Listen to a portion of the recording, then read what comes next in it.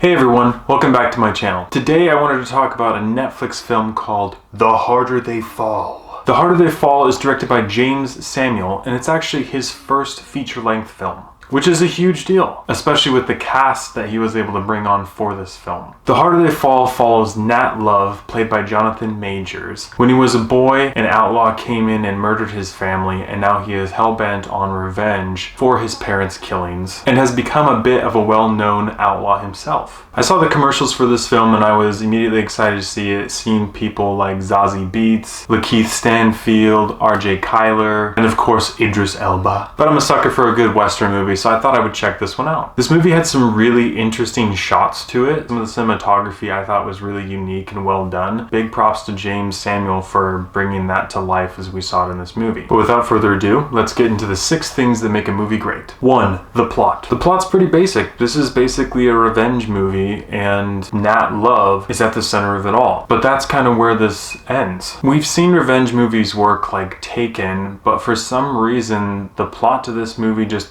wasn't clicking. There was too many things that happened that were too convenient to be by chance, but that's the way that they were played out on screen. And those are the things that made the plot, it kind of just kicked it in the butt to keep going, which was a bit of a bummer because there's so much you can do with a revenge flick, but it just seemed like they were constantly throwing new people and new areas and new ideas out at you to the point where it's hard to keep track of what's going on. That paired with a very disorienting soundtrack made it really hard to follow this movie. After Nat Love's parents are killed, it then flashes forward to him as an adult, but then all of a sudden it's just new person, new person, new person, new person, new person, new gang, and it's just like, how am I supposed to keep track of this all? And it just kind of throws you into the middle of it. And again, with that disorienting soundtrack, with a mixture between Western music, pop, hip-hop, Kid Cudi, reggae, it's very disorienting and kind of random. All of that made it hard to follow the plot and hard to follow the movie. I wish there was more substance to this plot. It harmed itself by being too simple and kind of oversaturating with a random amount of people. So while most times I'll say that keeping the plot basic is a good plan, in this movie it actually hurt it, and I have to give the plot a thumbs down. 2 is family friendliness. This movie's not family friendly. It's chock full of F-bombs. There is enough blood in this movie to compete with a Quentin Tarantino movie, and sometimes it seems like a Western movie, and other times it seems like a modern rendition of a Western movie where a lot of the things they're saying are not time appropriate. The blood, the F-bombs, this movie's not family friendly, so it gets a thumbs down. 3 is acting and script. I was immediately drawn to this film when I saw the cast. All of them do a really great job. I'd say probably my favorite performance was Lakeith Stanfield playing Cherokee Bill. He just is captivating every time he's on screen. I love his cadence in his voice, and I love the way that he holds himself on scene, and it's really fun to watch. Big fan of his, but everyone else did a pretty decent job of acting as well, so I have to give acting a thumbs up. Script, however, it just felt kind of off, and the whole time it just seemed like it was one convenient thing after another, or one person making a mistake is what drove the next point of the plot, when that mistake didn't have to happen and it was actually talked about. So just the script, in my opinion, was really sloppy. Acting gets a thumbs up, script gets a thumbs down, so that makes acting and script 50-50. 4 is character development. The really sad part about this movie is that since it forced you to just jump right into when Nat Love is an adult, it just seemed like all of the relationships that it just expected you to know about were out of nowhere, and it didn't allow the viewer to really get connected to any of the characters. People die faster in this movie than you're able to really relate to them. Jonathan Majors did a decent job, but I never really felt drawn to his character. Like, Cherokee Bill was the most interesting and character developed in this movie, in my opinion. Idris Elba gets all of this hype, but his character is not developed at all. And in fact, he's actually barely in this movie. I wasn't convinced by his performance, and I actually think that overall it was a very weak character for Idris Elba to play, and it's because he wasn't developed. Zazie Beetz is Zazie Beetz. She's a great actress, but again, this relationship between her and Nat Love, we never really got to see that go anywhere, and it didn't really benefit the film at all, except to drive the plot at a point where it was convenient. So it's really unfortunate because of the very talented cast of characters we had here, but character development gets a thumbs down. 5 is CG. I already talked about the blood splattering in this movie. I don't think that there's any CG except for maybe the explosions in this film. The blood just looked really exaggerated and unrealistic. My willing suspense of disbelief was really challenged every time I saw that happen, which is a lot because lots of people die in this movie. So CG gets a thumbs down. And finally, 6 is rewatchability. This movie is almost 2.5 hours long. The plot is driven by coincidences that were very easily avoided. There's random people coming in